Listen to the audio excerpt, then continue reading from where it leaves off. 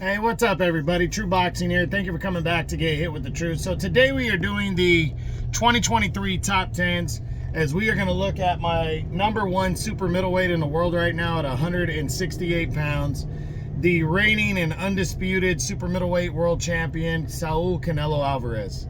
Now, before we get into that, if you could smash the like button, leave a comment, or subscribe to the channel, I really do appreciate any and all support that I can get as I continue to build my channel here. So, Canelo, I'm going to compliment and criticize. I am a Canelo fan, I am, but I am not biased. I just understand how everything works better than most people in boxing. I'm a realist.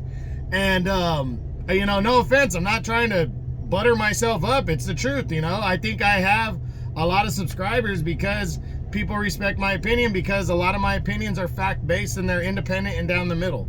And that's how I'm going to keep it real and honest, not biased, not, I'm this guy's fan, so, I'm going to lean, my opinion only matters. No, I don't play that game. So that's just not how I am.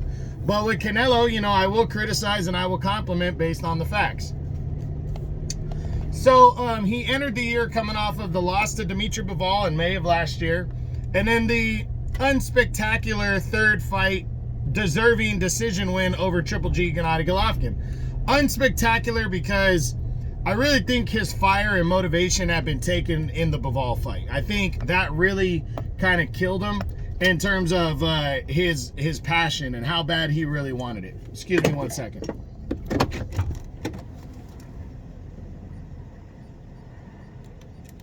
I really think that if Canelo would have defeated Bivol, he would have been way more motivated against Triple G. But also at the same time, people want to criticize that Triple G is 40 years old. Okay, 40 years old, still the number one middleweight in the world and the unified middleweight world champion. Okay, 40 years old. He's a Hall of Famer. He's a great fighter. His very good is way better than a lot of guys' greats. I've always said that about Hall of Fame fighters, is them at a good stage or very good can beat most guys' greats all day, because that's why they're truly great. And Triple G, that performance by Canelo, he dominated the first 8 rounds, and then Triple G, in my opinion, won the next 4 and made it close. So I think Canelo kind of got gassed out trying to knock him out, and Triple G has a fantastic chin. He's never been down in his career. So, it is what it is. But Canelo entered the year, he was only supposed to fight one time this year, and in 2023. And he instead decided after his surgery that he would come back in May, but it would be against a softer touch. So everybody knew what that was. But for me, everybody criticized, a lot of people criticized, not everybody, a lot of people criticized John Ryder as an opponent. 1, because he has losses. 2, because he was like 34. And 3, because a lot of fair-weathered fans didn't know anything about him. But, again, John Ryder was a top 3 super middleweight.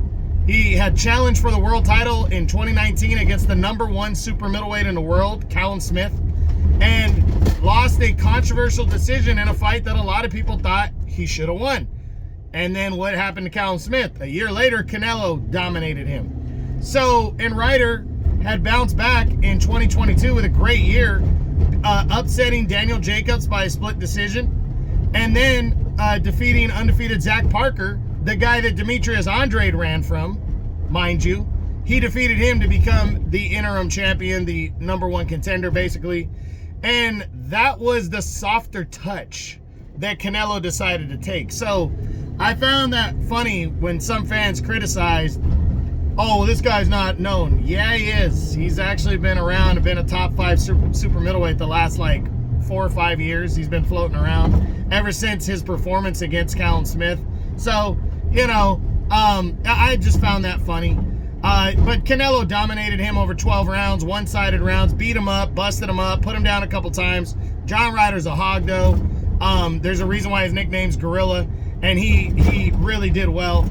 And, John Ryder won that fight in dominant. He lost that fight to Canelo dominant fashion. Then Canelo was kind of unclear about what he was going to do in September. He was juggling a lot of different options. He wanted to fight Jermall Charlo, but Charlo had been out of the ring for over 2 years and wasn't going to be ready to fight Canelo. So he offered the fight to Jermall Charlo, who was the undisputed 154-pound champion. And Charlo took the fight. So at the end of September, Canelo absolutely dominated Jermall Charlo over 12 one-sided rounds. It was a shutout decision, even knocked Charlo down and dominated the action throughout and took a clean one-sided decision. I think a lot of people are critical of Canelo not knocking people out, but, you know, first off, John Ryder's a good fighter. Secondly, the other guy, Charlo, also has a great chin, always had. He's a big guy for 154, and he was moving and backing up the entire time. Didn't really want to engage too much with Canelo. So, you know, hard to knock a guy out if he's not, you know, gonna sit there and fight a little bit, you know. But be that as it may, Canelo dominated one-sided and, you know, held on to the undisputed title. So, excuse me, that's how he ended the year. So entering 2024, Canelo overall is 62-2, 39 knockouts, and he's 33 years old now. He stayed the number one fighter overall in the division, and he's really focused on fighting again at you know, this year. He's coming in and he's been talking. The plans. The rumored plans are for Canelo to fight maybe Jaime Munguia or Jermall Charlo in May, and then fight David Benavidez in September. And I do feel that that's what he's going to do. I feel like if Munguia looks good against John Ryder, then Canelo's going to fight Munguia in May. And of course, he's got to win too. Munguia's got to beat John Ryder. But if he beats him and he beats him convincingly, I think Canelo will fight Ryder. And then after, I mean, I think he'll fight Munguia. And then after that, if he wins, which he should, I think he'll fight David Benavidez, and I think he's going to shut everybody up. I think he's going to beat David Benavidez. But I do think Benavidez does stand a serious chance. But this is the first year where I feel like it's absolute that David Benavidez deserves Canelo. David Benavidez earned it by defeating two very good quality fighters in Caleb Plant, a former champ. He dominated him over 12, and then he stopped Demetrius Andrade, who supposedly was the guy that everybody avoided, according to Andrade, I'm saying. You know, he always said he was the most avoided guy. Well, David fought him and kicked the shit out of him, and stopped him in 6 rounds. So now I feel David Benavidez, the fight with Canelo has to happen. And if Canelo doesn't fight Benavidez, then I do feel he's ducking David Benavidez. I absolutely feel that way. So, we're going to see. I hope it does happen. I believe that it will happen. The state of this division all reflects and surrounds Canelo Alvarez. So, if Canelo beats David in September, fights him and beats him, I don't know if he stays at 168 or not, depending on what fights are there. I absolutely believe, especially if Bivol defeats Artur Beterbiev at 175, I believe Canelo is going to try to close out and get that rematch with Bivol for Undisputed at 175. I absolutely believe that.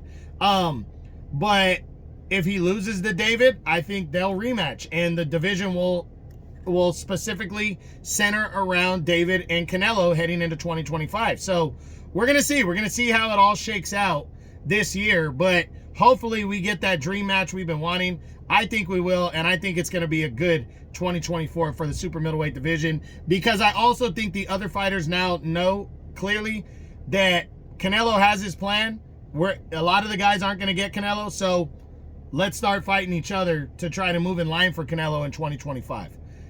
It's the Canelo sweepstakes, and guys got to get in line, and they got to start fighting each other like David did with Andrade, especially if David gets the fight, or Munguia beating Ryder. Munguia beats Ryder after beating Derevyanchenko, he'll get the Canelo fight. That's deserved then. That makes sense. But these guys not fighting and just hoping Canelo picks them and staying inactive because of it is really killing boxing. And they just need to fight and shut their mouth and go out there and win.